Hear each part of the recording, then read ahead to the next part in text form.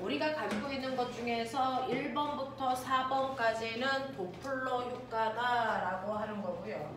도플러 효과는요, 실제로 파동의 고유한 성질인 진동수는 변하지 않는데 진동수가 변하는 것처럼 느껴지는 현상이 있거든요.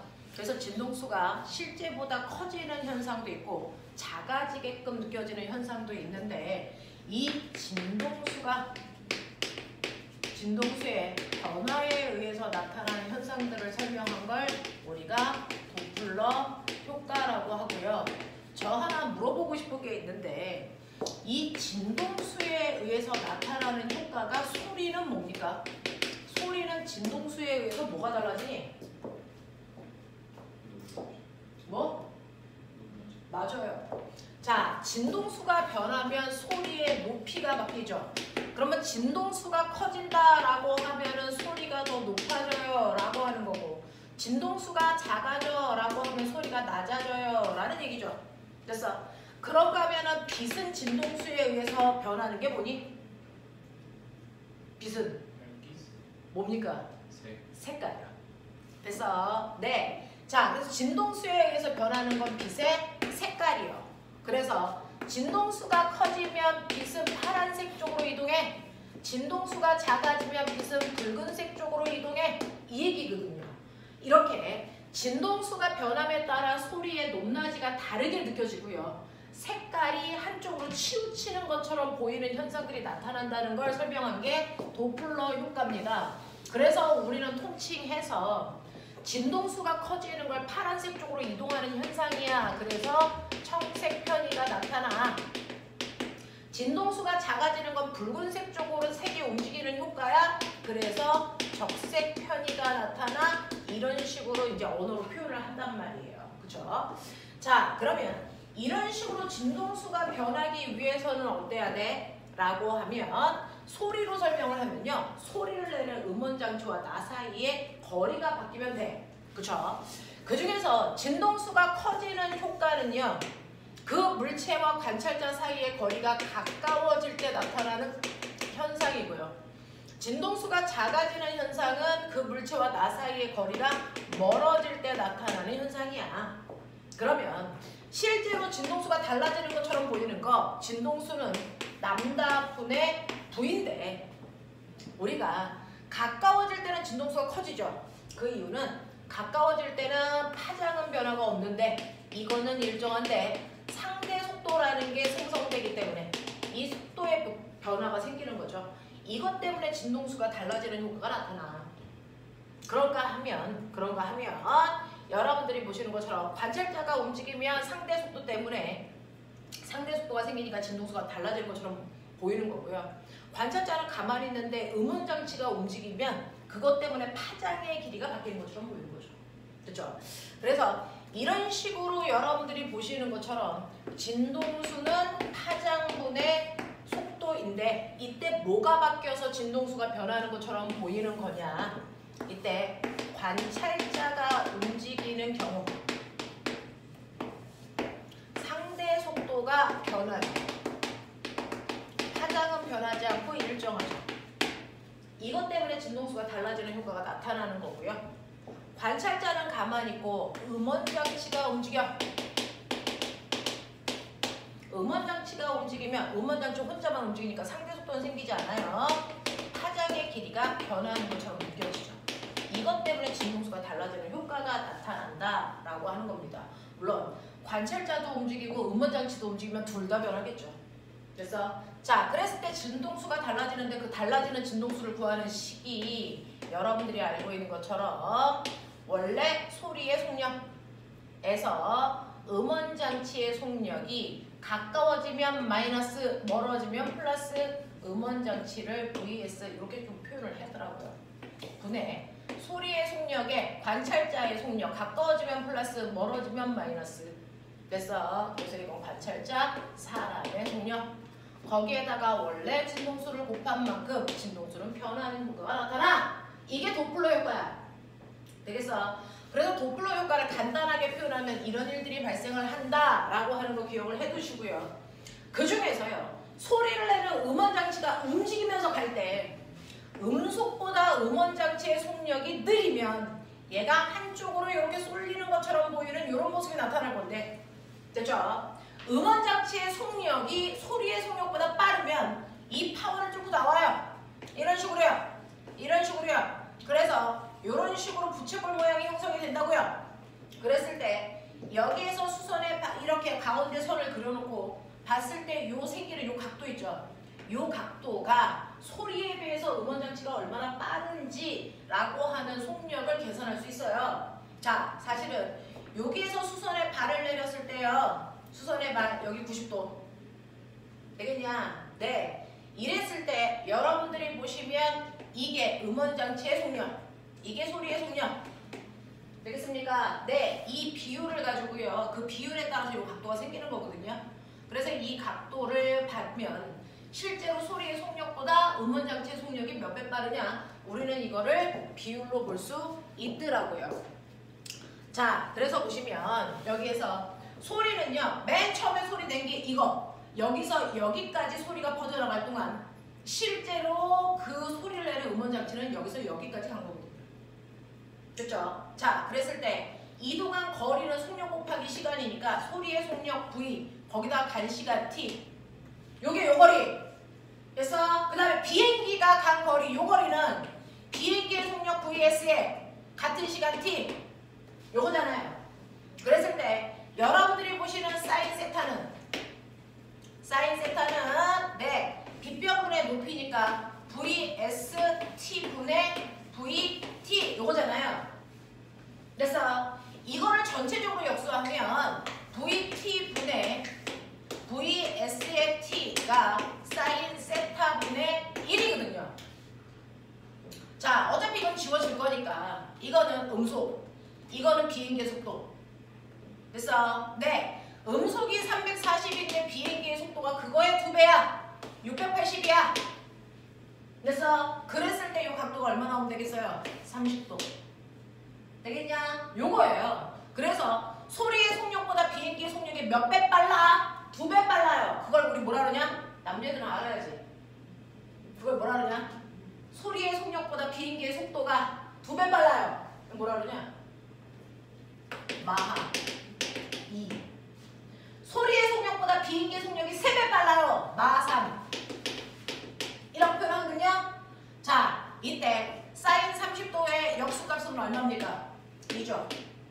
그래서 이거는 소리의 속력보다 비행기의 속력이 2배 빨라 이 뜻이잖아요. 이게 마하 2예요. 알겠어? 요렇게 계산한다고. 되겠죠? 네, 요런 것들을 한다고요. 그래서 너네가 가지고 있는 4번 문제가 거기에 나와 있죠. 제트기가 충격파를 만들고 이거 뚫고 나가는 게 충격파예요. 충격파를 뚫고 충격파를 만들고 있다. 원뿔 모양의 충격 파면과 파면은 요거요. 파면과 제트기가 이동하는 속력, 이동하는 방향. 자, 이게 이루는 각도가 요게 세타, 요게 30도. 그래서 그러면 소리가 가는 속도보다 비행기의 속도가 2배 빠르다는 얘기. 알겠습니까? 네, 이 얘기입니다. 자, 그래서 소리의 속력이 340이니까 비행기 속도는 680이다 라는 얘기가 4번 답이에요. 됐죠? 이런 것들을 좀 기억하고 계시면 되는데 그 중에서 이제 1번부터 보죠. 이게 도플러. 자, 1번 보시면 20의 속력으로 움직이는 관측자가 400의 소리를 내는 음원 쪽으로 가까이 다가가고 있을 때 관찰자가 듣는 진동수는 얼마로 보입니까? 라고 합니다. 음원장치는 가만히 있는데 관찰자만 움직이니까 음원장치의 속력은 0. 맞아? 0. 관찰자의 속력은 얼마냐면 20. 근데 다가간대 플러스. 맞아? 네. 자, 그리고 음속은 얼마? 340. 요거 할 수 있어야죠. 요거 할 수 있어야죠. 그리고 원래 소리에 관찰자가 400의 소리를 내는 음원장치가 원래 소리의 진동수는 얼마? 400. 요거요. 되겠죠? 요 계산을 여러분들이 하시면 되죠. 그래서 요식은 좀 외워두시는 게 편할 수 있어요. 그래서 340분의 360 곱하기 400 요거 계산해달라는 얘기예요. 이게 우리가 들을 수 있는 새로운 진동수인데 이게 424 나온답니다. 됐죠? 요런 느낌. 그 다음에 경찰차가 사이렌을 울리며 60의 속도로 동영상 촬영 카메라를 향해 달려가고 있어요. 동영상의 음성을 분석해서 사이렌 소리의 진동수를 분석하였더니 680으로 측정이 됐더라. 자, 원래 사이렌 소리의 진동수는 얼마이겠습니까? 라고 하는 거죠. 되겠어? 자, 이번에는 경찰차가 소리를 내는 음원장치인데 걔가 다가가고 있어. 소리의 속력은 340이 맞아? 라고 하는 거죠.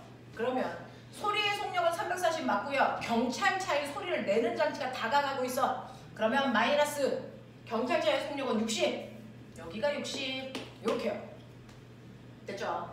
자, 이렇게 되고 있고 그거를 측정하는 뭐죠? 동영상 촬영기는 가만히 있어. 걔가 관찰자니까. 됐어? 걔의 속력은 0.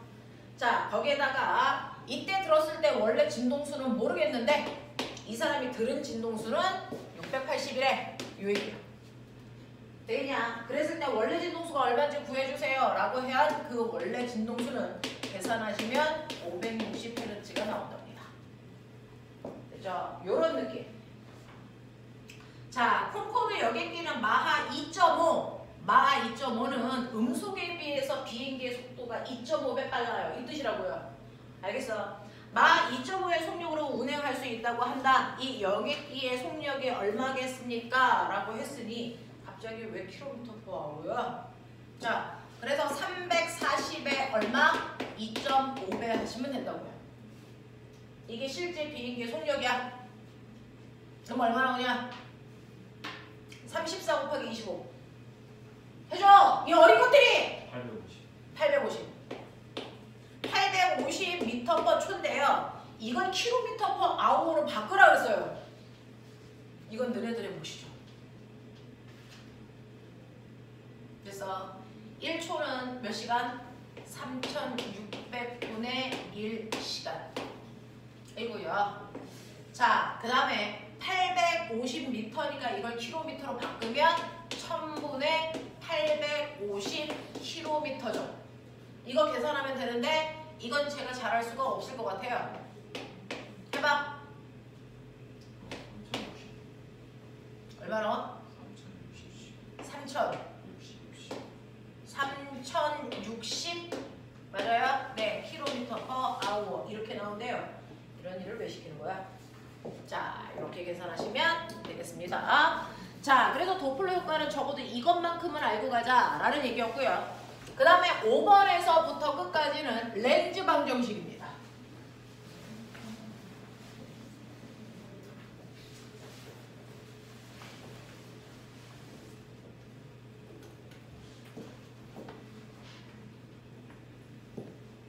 자, 5번부터 끝까지는 이제 렌즈에 대한 얘기, 렌즈 방정식 이라고 하는데요. 얘는 거울에도 사용될 수 있어요. 그러니까 광학장치들한테 쓰는 거다 라고 생각하시면 되는데 이 렌즈와 거울 중에 누가 같은 공식 써요? 네, 걔네들은 빛을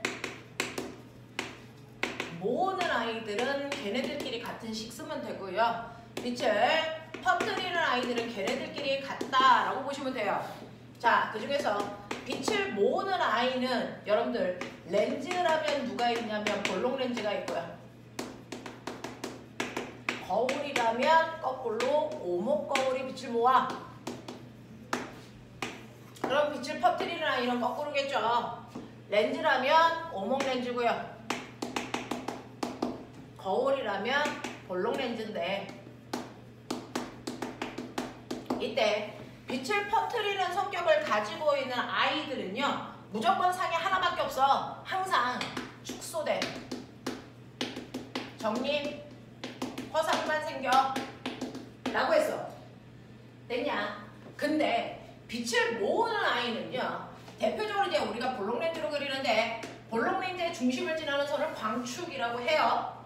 그 광축을 기준으로 초점과 초점의 2배 된 위치를 집어넣으시고 초점의 2배 된 거리보다 먼 데서 다가오면서 상을 봤을 때 경계선, 여기서 뭔가 바뀌죠? 그러면 첫 번째 공간에서 생기는 상의 종류, 두 번째, 세 번째 이렇게 나눠서 기억하시면 되죠. 맞냐? 첫 번째 구간에서 생기는 상의 종류는 축소된 돌이 실상 생겨요. 두 번째 구간에서 생기는 아이는 요것만 바꿔주면 돼요. 확대된 돌이 실상 생겨요. 세 번째 구간에서 생기는 상의 종류는 요것만 바꾸면 돼요. 그래서 순차적으로 가자. 확대된 정립 허상 생겨요. 이렇게 외웠잖아요. 됐죠? 이 중에서 빛을 퍼뜨리는 도구를 이용해서 우리는 도난방지용 거울 쓴다.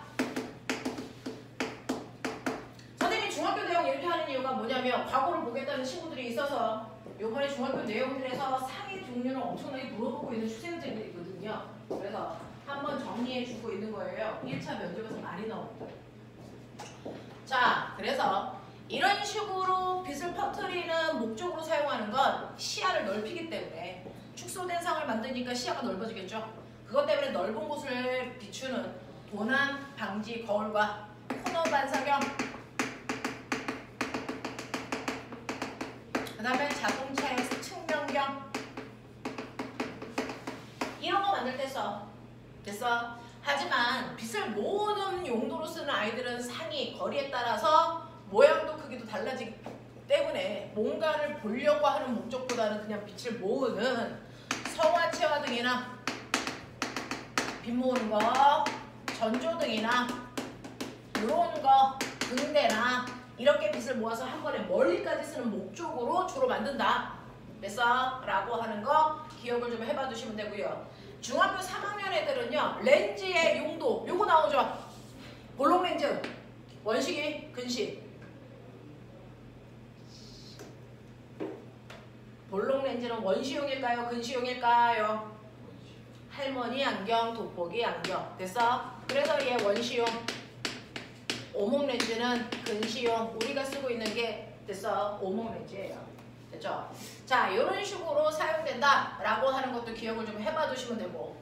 그러면 우리는 이렇게 작도를 할 때요, 물체가 볼록 렌즈의 어느 부분에 있느냐에 따라서 상의 종류는 달라지지만 작도하는 건 똑같잖아요. 됐죠? 물체가 어디 있던 상관없이 그 물체에서 광축과 나란하게 온 물체는 빛은 무조건 반대편에 초점 지나가게 작도해라. 됐죠? 자, 그 다음에 앞쪽에 초점을 지나간 빛이 렌즈와 만나면 광축과 나란하게 가게끔 작도해라. 그 다음에 중심을 지나온 빛은 계속 직진하게 그려라. 그랬을 때 실제 빛이 모여서 만들어지는 상을 실상이라고 하고, 자, 상의 위아래가 실제 물질과 바뀌는 걸 도립상이라고 하고, 크기가 나보다 크냐 작냐에 따라 축소, 확대를 얘기하는 건데, 그 중에서 렌즈 방정식이요. 렌즈 방정식은 A분의 1 더하기 B분의 1이 F분의 1이다 라고 하는 간단한 식이다, 사실은. 그렇죠? 그 중에서 A는요, 렌즈의 중심에서 물체까지의 거리를 얘기한다. B는요, 렌즈의 중심에서 상까지의 거리를 얘기한다. 자, F는요, 렌즈의 중심에서 초점까지의 거리를 얘기한다. 알겠어? 단, 이 초점을 쓸 때요, 얘가 볼록 렌즈에 해당되는 빛을 모으는 도구라면 초점까지의 거리를 플러스 거리로 놓는다. 자, 오목 렌즈의 초점 거리는 마이너스의 초점 거리로 놓는다. 되겠습니까? 요 얘기고요. 이렇게 했을 때 B값을 구했는데 B값이 만약에 플러스가 나왔다? 실상이란 뜻이다. 마이너스가 나왔다? 허상이란 얘기다. 그리고 실상이면 무조건 도립이다. 허상이면 정립이라고 해석하면 된다. 맞지? 그리고 나보다 커요, 작아요 라고 하는 걸 먼지말로 배율이라고 한다. 자, 배율은 얘들아, 배율은요, 실제 물체까지의 거리 분의 상까지의 거리 비율로 계산할 수 있다. 그래서 이렇게 간다. 이렇게 간다. 이렇게 했을 때 이 값이 1보다 크면 실제 물질보다 확대된 상이에요. 1보다 작으면 축소된 상이에요. 이렇게 나오네. 그죠? 자, 이런 것들을 우리가 했었습니다. 그 중에서 5번이요. 다음 중 렌즈나 거울에 의해서 생기는 실상과 허상에 대한 설명으로 옳은 것을 찾아보세요. 답은 1번입니다. 실상은 빛이 실제로 모여서 형성된 상이나 허상은 그렇지 못하므로 스크린에 나타나는 상은 실상뿐이다 라고 하는 겁니다. 그래서 실제로 스크린에 비칠 수 있는 건 실상만 비칠 수 있대요.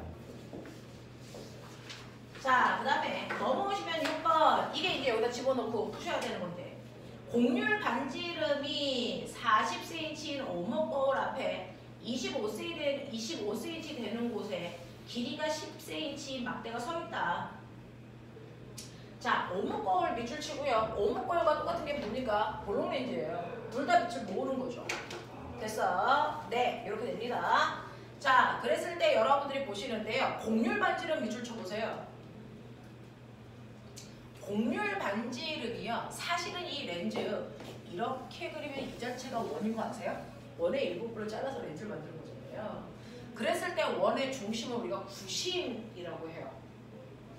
됐죠? 네. 그 구심의 원의 반지름이 바로 EF 되는 곳을 원의 반지름, 여기를 구심이라고 하죠. 여기서는 이걸 곡률 반지름이라고 준 거예요. 그래서 얘는 초점거리 EF가 40이래요. 그러면 초점거리는 20이라는 뜻입니다. 됐어? 그래서 곡률 반지름은 초점거리의 2배를 얘기한다 라고 하는 거 기억해 두시면 되고요. 자, 그러한 오목 거울 앞에 25cm 되는 곳에 10cm 막대가 서 있어요. 이때 상의 크기는 40cm랍니다. 아니, 상의 크기가 상의 크기가 네, 이때 40cm 위치에 크기가 100cm인 돌입 실상이 생긴대요. 렌즈로부터 40cm 떨어진 곳에 100cm 크기에 그래서 확대된 돌입 실상이 만들어진답니다.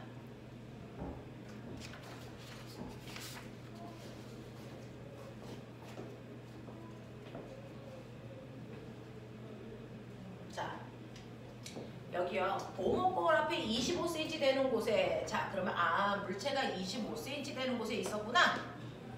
보여요?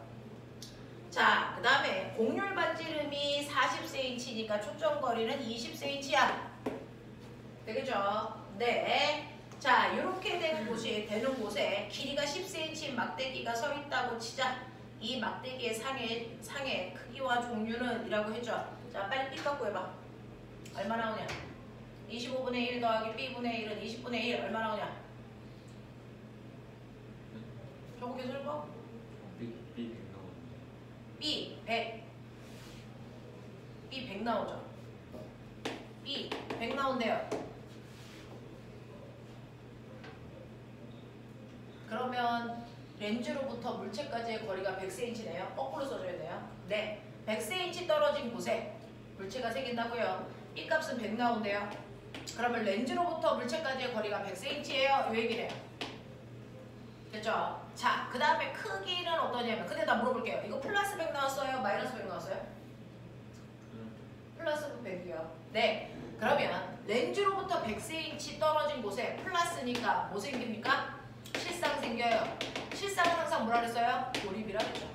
돌입 실상 생겨요. 라는 겁니다. 자, 그랬을 때 얘 배열 어떤지 볼게요. 물체까지의 거리는 25고요. 그 다음에 상까지의 거리는 100이네요. 그래서 계산하시면 얼마 나옵니까? 4 나오죠. 그러니까 원래 물체보다 4배 큰 상이 생겨요. 이런 얘기죠. 원래 물체가 10cm라고 했으니 얘 4배는 크기가 40cm인 애가 생기는 거구나. 됐어? 네. 그래서 답을 거꾸로 써주셨대요.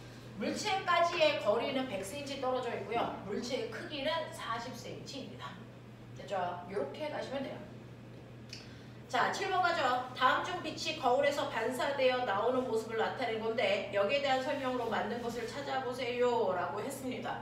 자, 볼록 거울과 오목 렌즈 작동하는 방법은 아시죠? 입사각과 반사각이 같다라고 해서 보시면 되는데 2번 그림 볼래요? 답은 2번하고 4번이니까 2번 그림 보시면 2번은 어떻게 되는 거냐면 볼록 거울이잖아요. 볼록한 거울면이 있어서 이렇게 되어 있는데요. 이 중에서 빛이요. 세 군데로 가요. 정확하게 가운데로 들어간 빛, 약간 위쪽으로 들어간 빛, 약간 아래쪽으로 들어간 빛이 어디로 갈 거냐? 정확하게 가운데 들어간 아이는 입사각이 0도예요. 그럼 반사각도 0도니까 그대로 나옵니다. 그대로. 됐죠? 자, 근데 여기 들어간 애는요. 요 면에 들어갔으니까 접선 이렇게 된다고요. 자, 그것과 90도 되는 선을 그어 접선. 그랬을 때 이 입사각이 세타면 반대 방향으로 세타만큼의 각도로 빛이 이렇게 반사돼서 나가죠. 이 모습이어야 돼요. 자, 얘도요. 작도해 보시면 이렇게 돼요. 그랬을 때 법선이 요거잖아요. 그랬을 때 요 각도가 알파각이면 법선으로 반대 방향으로 똑같이 알파각만큼 떨어진 곳에 빛이 이렇게 나가는 모습이 그려져 있는 게 2번 그림이라고요. 됐죠? 그 다음에 4번 그림 보시면 얘는 오목 거울이요. 한 번만 해볼게요. 자, 이렇게 오목하다고요. 자, 이렇게 오목한 곳에 똑같이 빛이 세 군데로 가운데, 양옆에 이렇게 간다고 치자. 그랬을 때 가운데 빛은 입사각이 0도니까 반사각도 0 그대로 나온다. 가운데 빛은 무조건 그대로 나옵니다. 양옆은요. 접선 그려보세요. 이면이죠. 이것과 90도 되게 각도를 보시면 요게 입사각 알파. 그럼 반대편으로 알파만큼으로 이렇게 빛이 가요. 됐죠? 이것도 접선면 그어보시면 이겁니다. 그랬을 때 법선 요게 베타. 그러면 반대편의 베타각만큼 얘 요렇게 가겠죠.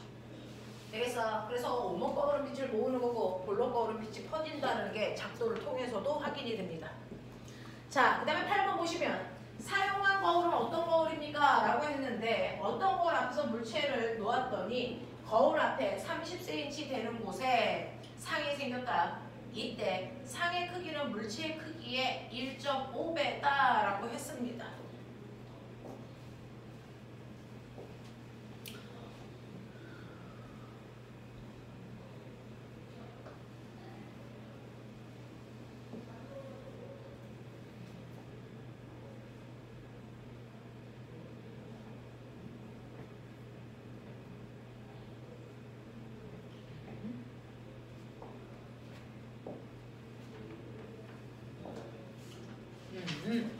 자, 볼게요. 어떤 거울이 있어요? 어떤 거울이 있는데 이 안에 볼록 거울이 들어가 있는지 오목 거울이 들어가 있는지 모르겠어요. 근데 광축이 지나는 곳에 물체가 서 있나 봐요. 거울 앞으로부터 30cm 되는 곳에 상이 생겼다. 어떤 거울 앞에 물체를 놓았더니 그래서 물체가 있는 방향 여기에 상이 이렇게 생겼는데 원래 나의 크기에 비해서 몇 배 큰 상이 생기냐면 1.5배 큰 상이 생겼어요. 요런 얘기야. 되겠어? 네. 자, 그래서 여기에 있는 물체를 기준으로요. 자, 물체와 상이 같은 방향에 있으면 얘는 허상입니다. 허상입니다. 자, 그러면서 똑바로 되어 있는 정립허상이 생겼을 거고요. 됐어? 네. 근데 나보다 크기가 커지죠. 됐어? 네. 허상은요. 빛을 퍼뜨리는 아이도 허상을 만듭니다. 근데 얘는 무조건 축소되어야만 되죠. 근데 나보다 크다 그랬잖아. 그러니까 확대된 상을 맺힐 수 있는 건 얘네들밖에 없어요. 맞냐? 얘네들밖에 없다고요. 그래서 나보다 1.5배 크다 그랬으니까 얘는 허상인데 확대된 정립 허상이어야 되는 거구나. 그러니까 이 안에 거울이 있다면 얘는 오목 거울일 수밖에 없네. 이거예요. 되겠습니까? 네, 확대되었기 때문에 오목 거울일 수밖에 없어요. 자, 그랬을 때 초점까지의 거리 똑같이 렌즈 방정식에 집어넣으시면 된다. 풀어. A분의 1 플러스 B분의 1은 F분의 1 요거죠. 초점거리 요거 구하라 그랬어요. 그래서 네, 근데 얘는요 뭘 줬냐면 배율을 줬잖아요. 1.5배야. M은 A분의 B라 그랬잖아요. 그래서 이 값이 1.5가 나와야 된다고요. 2분의 3. 됐냐? 이때 상의 위치가요. 거울 앞에 30cm 되는 곳에 생겼다? 그럼 물체는 20cm 곳에 있었다는 얘기죠. 이해돼? 됐어. 빨리 구해. 초점까지 해버려. 몸이 움직여야 참여한다!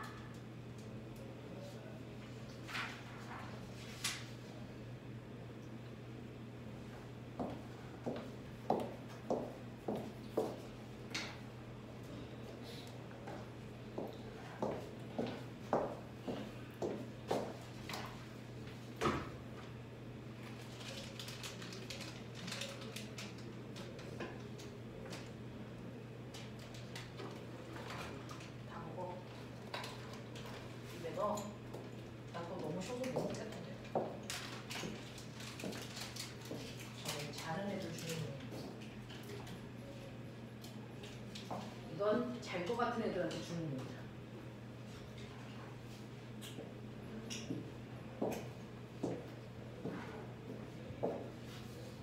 마약은 아니야. 마약이었으면 좋겠지. 다 먹고 이거 먹어. 괜찮지 않니? 얘는 별로 감동이 없나? 평상시에도 이런 거 없나? 이런 거 평상시에도 없나? 어때? 괜찮지? 해! 마스크 끼고 이거 먹으면 진짜 딱이지. 눈에서 눈물 나오지. 먹을 수 있겠어? 괜찮아? 네. 그래서 구했어? 초점거리 얼마나 나와? 12cm. 네. 그래서 12cm 나와요. 이런 얘기예요. 되겠죠? 자, 그 다음에 마지막 문제예요. 10번 보시면 아래 그림과 같이 초점거리가 20cm인 볼록 렌즈 앞에 30cm 되는 점광호를 놓았을 때요. 렌즈 뒤에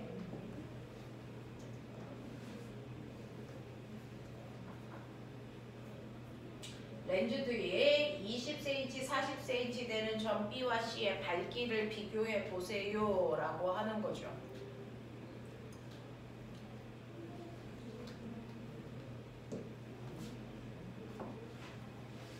빛이 어디에 보이냐? 상에 생기는 위치 계산해보세요. 볼록 렌즈 있고요. 점광원을 그냥 물체로 보시면 돼요. 자, 상에 맺히는 위치가 어디니? 60cm. 60cm인 곳에 상이 맺혀요? 볼록 렌즈니까 A분의 1 플러스 B분의 1은 F분의 1인데 초점거리가 20cm이고요. 30cm 되는 곳에 물체가 있고요. 그러면 이거 B가 60이라고? 맞아? 네. 그러면 여기에 점광원은 30cm인 곳에서 여기서 이제 조명이 이렇게 나간다고요. 빛이 이렇게 나간다고요. 나가고 있고요. 자, 근데 얘가 상에 맺히는 위치는 렌즈로부터 60cm 떨어진 여기에 맺혀야 정상이라고요.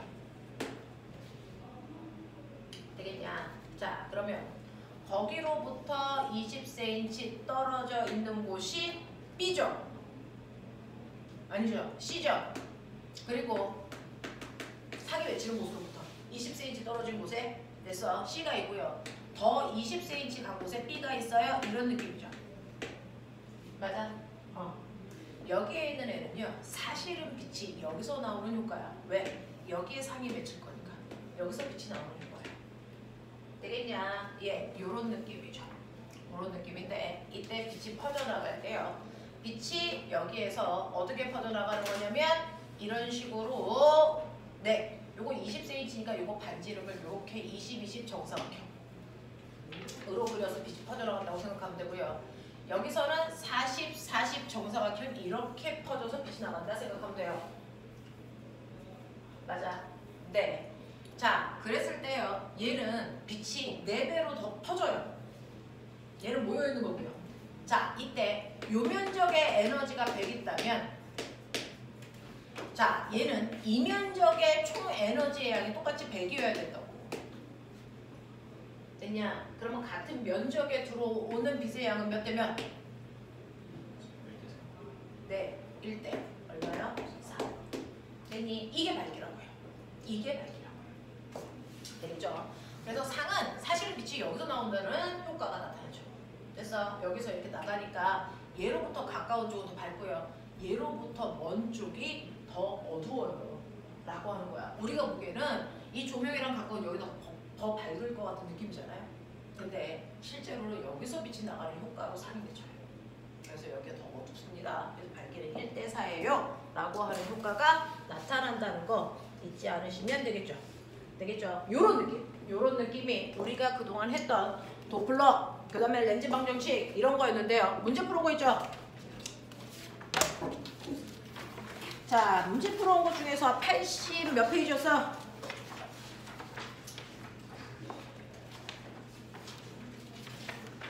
자, 78, 79에서 뭐? 질문 뭐? 렌즈 2개 있는 걸 하지 마 라고 했으니까 10번, 11번 이런 건 안 하셨겠죠? 할만했어? 네, 괜찮아? 렌즈 2개 있는 걸 하지 마 라고 했어요. 그죠? 80, 81. 81에서는 렌즈 2개 있는 게 아니네요. 네, 80, 81. 2번 보시면 그림과 같이 볼록 렌즈의 좌우에 촛불과 종이를 설치하고요. 촛불과 종이를 적당히 움직여서 종이에 선명한 상이 맺힐 수 있는 거리 조절을 한다는 거죠. 자, 생기게 한다. 볼록 렌즈의 중심에서 촛불까지의 거리가 A이고 종이까지의 거리가 B라고 했을 때 자, 상의 모양을 관찰해서 표와 같이 나타내 보세요 라고 한 겁니다. 자, 이렇게 됐대요. 그 중에서 물체까지의 거리가 30이고 그 다음 B까지의 거리가 15일 때 축소되고 뒤집어진 상이 만들어진다. 아하, 요 위치에 있었다는 얘기구나. 됐죠? 첫 번째는 요 위치에 있었다는 얘기니까 물체가 적어도 초점거리의 2배보다 멀리 있었다는 얘기네. 여기 있었다는 얘기네. 되겠어? 네, 요 얘기예요. 그러니까 A라는 건 적어도 초점거리 2배보다 먼 곳이 30이구나.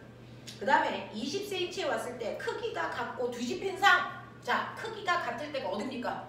정확하게 EF 위치에 왔을 때 물체와 똑같은 크기의 상이 맺힌다. 되겠어요?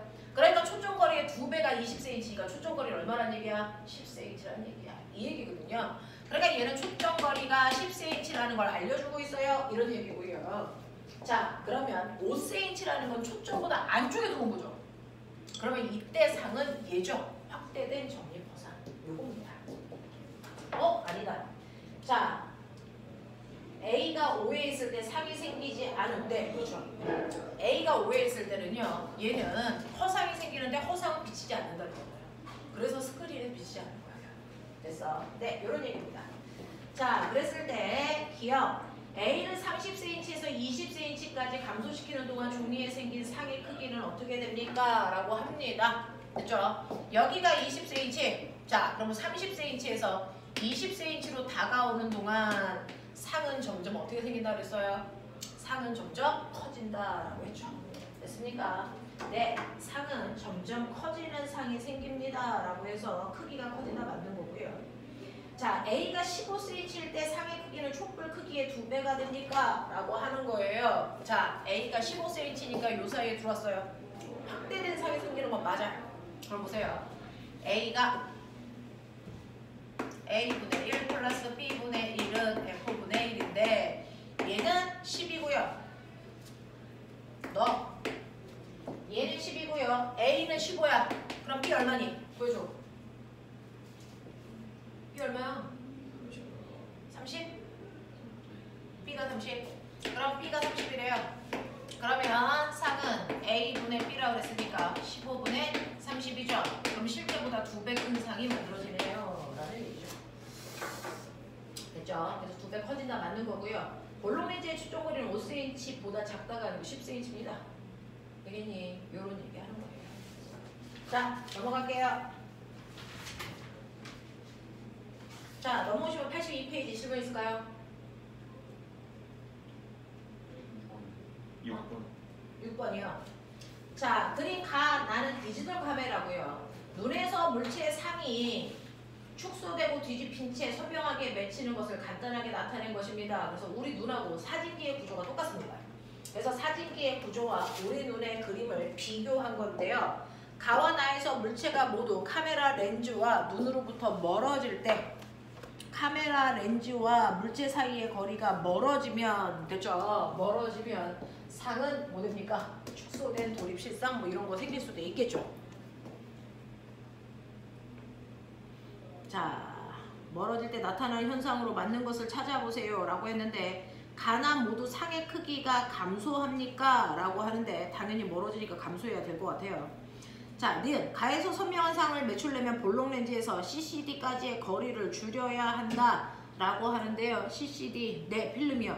실제로요. 우리는 물체가 멀어질 때도 상을 찍으려면 어떻습니까? 여러분들 카메라 사용한 적 없죠? 맨날 이것만 찍으니까. 옛날에 수동 카메라, 전문가들은 전문가용 카메라를 씁니다. 그랬을 때 멀리 있는 거 찍으려면 뭡니까? 줌 렌즈가 쭉 튕겨 나오죠. 그래서 멀리 있는 물체를 찍으려면 물체와 카메라에 있는 필름 사이의 거리를 최대한 줄여줘야 되거든요. 그래서 CCD 카드가 앞으로 튀어나온다. 이거를 맞게끔 하시면 될 것 같고요. 자, 그 다음에 디귿 보시면요. 나에서 선명한 상을 맺히려면요. 수정체의 가운데 부분을 더 두껍게 하여 수정체의 초점거리를 감소시켜야 합니다. 라고 했는데 멀리 있는 물체를 볼 때요. 우리 눈은 줌렌즈라는 게 없잖아요. 됐죠? 그래서 우리는 우리 눈의 수정체가 이렇게 되어 있는 거 아세요? 우리 눈입니다, 이게. 우리 눈에 수정체가 있는데 이 수정체의 두께가요. 평범한 아이들 원래 두께보다 훨씬 더 두꺼워질 수도 있고요. 이게 훨씬 더 얇아지기도 합니다. 수정체의 두께가 변합니다. 인간은 스스로 수정체의 두께가 바뀌어서 줌렌즈 효과를 나타내는데 이때 수정체가 평상시보다 두꺼워졌다는 얘기는 내가 가까운 곳을 볼 때 그렇습니다. 가까운 곳을 볼 때는 빛을 빨리 모아서 망막의 상이 맺히게 하려고 수정체가 두꺼워지는 거고요. 멀리 있는 물체를 볼 때는요. 수정체가 얇아집니다. 먼 곳을 볼 때. 그래서 저기서 오는 빛을 천천히 굴절시켜서 망막의 상을 맺히려고요. 되겠습니까? 자, 그래서 먼 곳에 있는 물체를 더 잘 보기 위해서 수정체는 현재보다 얇아져야 된다. 됐습니까? 이거 중학교 3학년 시험법입니다. 4단원. 중학교 3학년 때 배웁니다. 되겠어? 이런 내용입니다. 됐죠? 자, 여기까지 하고요. 10분만 끌었다가 오늘 드디어 빛의 이중성 갑니다.